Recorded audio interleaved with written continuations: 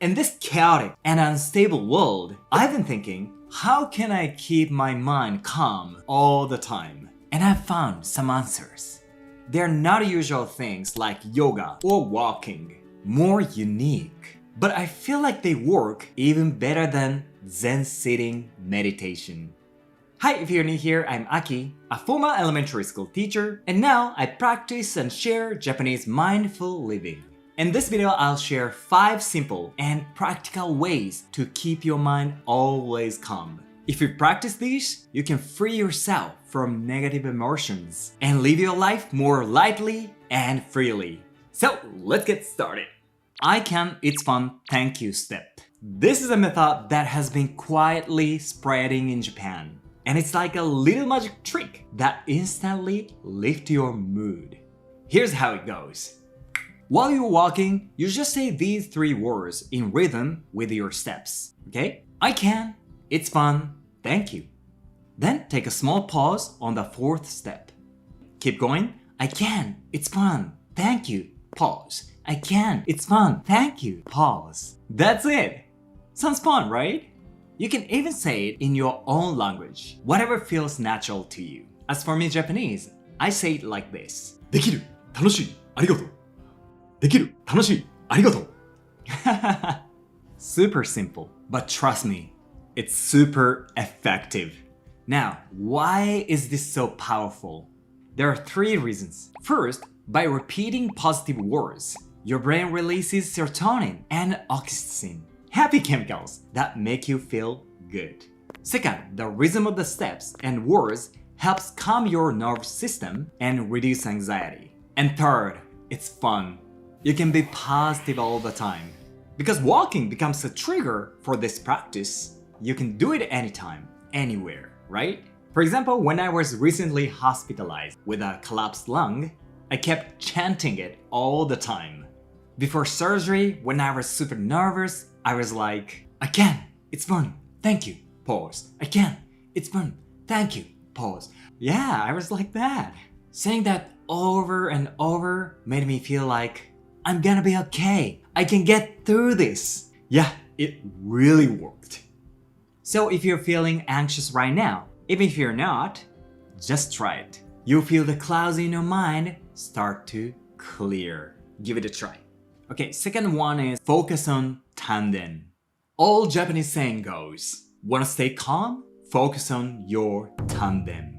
This ancient Japanese secret changed my life. Yeah, the Tanden is always mentioned in Japanese traditional books on martial arts, health, and breathing. It's considered one of the most important points in the body. So, where it is? It's about 2 inches below your belly button. And Tanden is right inside there. And in ancient Japan, people believed this point was the reservoir of ki, the unseen life energy. Okay, I see, Aki, but why does simply focusing on this point make you feel calmer? That's because your awareness drops. You know what I mean? Let me explain. When you feel anxiety, anger, stress, whatever negative feelings comes up, where do you think your awareness is? Is it in your legs? Is it in the belly? No, right? It's in the head. So what's happening is your awareness rises up into your head. Then you think like, what's gonna happen to this world in the future? Oh, my boss just dumped another project on me. Gas prices are insane right now. Yeah, it's all happening in your head. So, what can you do to calm down? You just bring your awareness down. Where to? To Tanden. Yeah, try it right now. Drop your awareness down to the Tanden. Notice how your thoughts begin to quiet down and you start to feel calmer. In Japanese, the phrase calm down is said as ochitsuku. Ochi means to fall. Tsuku means to arrive. So where do you fall and arrive? To the Tanden. Interesting, right? Tomorrow your boss might say something irritating. Or maybe you'll see some negative news. When that happens, your awareness rises up into your head and you feel uneasy. That's the moment to drop it down to the Tanden. Just that one shift, you feel calm all the time. Next one is focus not on the inhale, but on the exhale. Most people think breathing starts with inhale, then you exhale. But truly calm people, like Zen monks, focus on the exhale first. Yeah, I found out why through my own experience with a collapsed lung. After surgery, there was a time my breathing was shallow. I wanted to breathe in deeply, but I couldn't. Every inhale felt heavy, like a baby sitting on my chest. So I changed my perspective. What if I focus on exhaling first and see how my breathing goes? And when I did, my breathing got really deeper. Funny thing is, the air that was hard to inhale somehow started to flow in naturally. Whew, why? Here's the point. Exhale first. That creates space in your lungs. Your body unconsciously feels, I want to breathe in. The air flows in naturally, even more than before. And your breathing becomes deeper. Isn't it amazing? Always letting go first, then something comes in. Then I realized, oh, this is why Zen monks focuses on exhale first. Because that way, breath becomes naturally deeper and the mind becomes calmer. In Japanese, breathing is written as kokyu. Ko is exhale. Kyu means inhale. Exhale first, then inhale. Alright, the next way to lighten your heart is create a different world. Did you know that back in Japan's samurai period, samurai had a powerful way to calm their mind? Okay, they would enter a tea room. Sounds simple, but so powerful. Let me explain. Imagine waking up every day thinking, oh, the war is still going. Yeah, they lived every day with a fear of death. So they are always in a battle mode, always carrying their swords, even while sleeping or using the bathroom. But there was only one place where a samurai didn't bring their swords, the tea room.